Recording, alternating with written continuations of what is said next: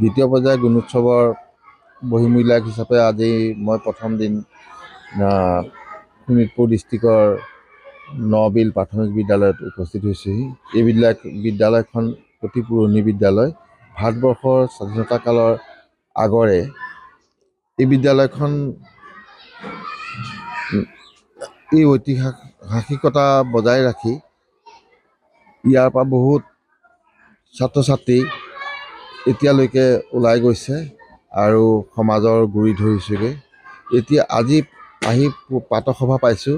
প্ৰাতঃসভা শৃংখলিতভাৱে হৈছে আৰু দিনটোৰ বাকী কাৰ্যসূচীখিনি আৰম্ভ হ'ব। মই বহিমূল্যায়ক হিচাপে যিখিনি কৰণীয় কৰ্তব্য আছে সেইখিনি কৰি যাম আৰু বিদ্যালয়খনৰ ভৱিষ্যত উত্তৰণৰ কাৰণে সহায় কৰিব। আজি মোৰ এই পৰিদৰ্শনে সহায় কৰিব বুলি মই আশা ৰাখিছোঁ। ধন্যবাদ। হয়, আজি পাচি পত্ৰিকা এখন উন্মোচন কৰিছোঁ। শিক্ষাৰ অধিকাৰ নাম দিয়া হৈছে, শিৰোনাম দিয়া হৈছে। শিক্ষাৰ অধিকাৰ আইন 2009 চনত কেন্দ্ৰীয় চৰকাৰে গ্ৰহণ কৰিছিলে যে সকলোৰে বাবে শিক্ষাটো আৰু মৌলিক অধিকাৰ হিচাপে গণ্য কৰা হ'ব। সেই মহান শ্লোগানটো মতটোক লৈ পেলাই এইখন সজাই তোলা হৈছে। এইখন সজাই তোলাৰ অন্তৰালত যিসকলৰ অৱদান আছে তেওঁলোকলৈ ধন্যবাদ জ্ঞাপন কৰিছোঁ। আৰু প্ৰতি বছৰে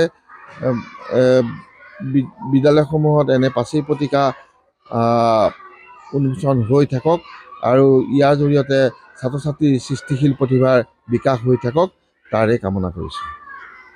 চৰকাৰে চেষ্টা কৰিছে। 2017 চনতে গুণোৎসৱ আৰম্ভ হৈছিলে আৰু এইটো এটা চৰকাৰ কণ্টিনিউ প্ৰচেছ।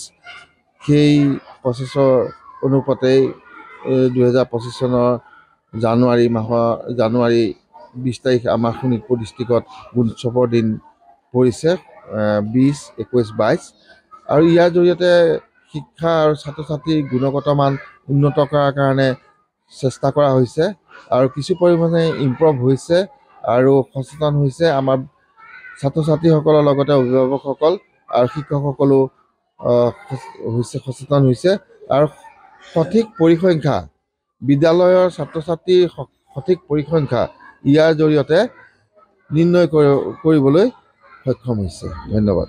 চব উদযাপন কৰিবলৈ আগবাঢ়িছোঁ। যিহেতু আমাৰ শোণিতপুৰৰ দ্বিতীয় পৰ্যায়ত পৰিছিলে আমাৰ বিদ্যালয়ত আমাৰ ওচৰৰে আমাৰ চিনাকি মোৰ ভাতৃ অৰুণ হাজৰিকা ছাৰ আমাৰ মাজত আহিছে। গতিকে তেখেতক আমি গোটেই পৰ্যবেক্ষণ তেখেতে কৰিলে, প্ৰাৰ্থনাখিনি গোটেইখিনি হৈ গ'ল। এইখিনি কৰি পেলাই আমি এতিয়া আমাৰ কাৰ্যসূচী শৈক্ষিক যিটো কাৰ্যসূচী সেই কাৰ্যসূচী কৰিবলৈ আমি আগবাঢ়ি গৈছোঁ। এতিয়া দিনটোৰ বাবে ছাৰ যিহেতু আমাৰ মাজত থাকিব, আমাৰ বিদ্যালয়ৰ যিখিনি শৈক্ষিক একাডেমিকৰ যিখিনি বস্তু আছে চৰকাৰী নীতি নিৰ্দেশনা মতে সেইখিনি ছাৰে ধুনীয়াকৈ চাব।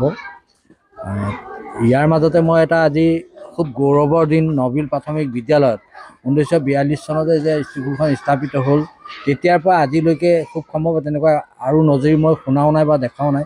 আজি আমি আমাৰ বিদ্যালয় বিশেষকৈ পিছপৰা গাঁও হিচাপে চিহ্নিত হ'লেও ইয়াৰ ৰাইজে সম্পূৰ্ণ নিজা খৰচত এখন প্ৰাচীন পত্ৰিকা এইখন আমাৰ বিদ্যালয়ত আজিৰ দিনটোতে ছাৰৰ হাতৰ পৰশত মুকলি কৰিছে।